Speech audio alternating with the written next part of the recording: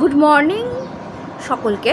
আজকে আমি বাংলা সাহিত্যের ইতিহাস থেকে একটা গুরুত্বপূর্ণ বিষয় আলোচনা করতে চলেছি, যেটা হলো অঙ্গদের রায়বার। দেখো, অঙ্গদের রায়বার কী জিনিস। রায়বার যে ব্যাপারটা সেটা জানতে হলে আগে আমাদের একটুখানি আগের অংশ জেনে নিতে হবে।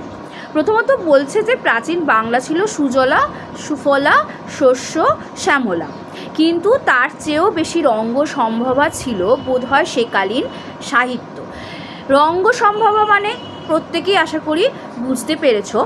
কৃত্তিবাসী রামায়ণের অঙ্গদের রায়বার অংশটি প্রায় সেই রকম একটি নিদর্শন। সর্বজন পরিচিত এই অংশটি যে কার রচনা সে নিয়ে বিতর্ক আছে। এই অঙ্গদের রায়বার এই অংশ নিয়ে কিন্তু বিতর্ক আছে। রায়বার কথার অর্থ, মূল রামায়ণের 41 অধ্যায়ে লঙ্কাকাণ্ডে ছিল অঙ্গদের রাজদৌত্যের কাহিনী। তারই অনুসরণে অঙ্গদের রায়বার কল্পনা করা হয়, কিন্তু কথা হলো সেটি কৃত্তিবাসের রচনা না পরবর্তী কবিচন্দ্রের রচনা পালাকার মারফত কৃত্তিবাসে প্রক্ষিপ্ত, তাই নিয়ে চলেছে সুধীজনের মধ্যে জল্পনা। রায়বার শব্দটি ঘিরেও গড়ে উঠেছে অর্থের ইতিহাস। কেউ বলেছেন রাজদ্বার, কেউ বলেছেন রাজবার্তা। এখানে প্রথম পয়েন্ট যেটা বলছে, প্রধান কতগুলো বিষয় আছে, তার মধ্যে প্রথম পয়েন্ট হলো রাজভোটেরা যে রাজার বার্তা জানাতেন, রায়বারের সঙ্গে তার সম্পর্ক থাকা অসম্ভব নয়। সাহিত্যগত ব্যবহার আছে কবি কঙ্কনের চণ্ডীমঙ্গলে। প্রবেশ করিতে হাট, দেখা পাইল রাজভাট, রায়বার পরে ঊর্ধ্ব হাত। 2 নম্বরে আছে রাজদরবার শব্দের সংক্ষিপ্ত রূপেও রায়বার হতে পারে। ফার্সি দরবার শব্দের সঙ্গে এর যোগ থাকা বিচিত্র নয়, কেননা রামায়ণ কাব্যের রায়বার মুসলমান প্রভাবের পরেই পাওয়া যায়। ফকিররাম, খোসাল শর্মা, রামনারায়ণ, দ্বিজ, তুলসী প্রভৃতি বহু কবি লঘু কৌতুকের ঘটনারূপে অংশটিকে তাদের কাব্যে আমন্ত্রণ জানান। ক্রমে গড়ে ওঠে অষ্টাদশ শতকের বিরাট রায়বার সাহিত্য। হে অঙ্গদ মহাবলী, রাবণ রাজারে কিছু দিয়া এসো গালি। লঙ্কাকাণ্ডে রাবণকে যুদ্ধ থেকে নিবৃত্ত করার জন্য রামের এই নির্দেশ পেয়ে অঙ্গদ উপস্থিত হয় রাবণের সভায়। শুরু হলো তারপর জন্মের ইঙ্গিত করে ইন্দ্রজিতের প্রতি ব্যঙ্গ। এই যত বসিয়ে আছে সবাই কি তোর পিতা, কিংবা আরও অভব্যভাবে ধন্য নারী মন্দোদরী, ধন্য রে তোর মাকে। এক যুবতী শতেক পতি ভাব কেমনে রাখে। আবার সন্ধির জন্য রাবণের নানা রকম দাবি শুনে সে বলে যে তোর দারুণপণ তেমন করে কে। অর্থাৎ বলছে কবে বলবি আমার বধূর স্বামী এনে দে।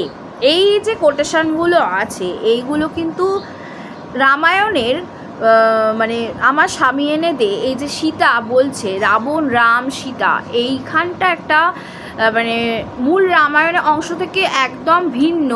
এবং যেখানে বলা হচ্ছে অঙ্গদ যে অঙ্গদ বালি সুগ্রীব, সেই অঙ্গদের কথা এখানে বলা হচ্ছে, তার রায়বারে এই কথাগুলো বলা হচ্ছে। তো রাবণের নানা রকম দাবি শুনে সে এই কথাটা বলেছিল।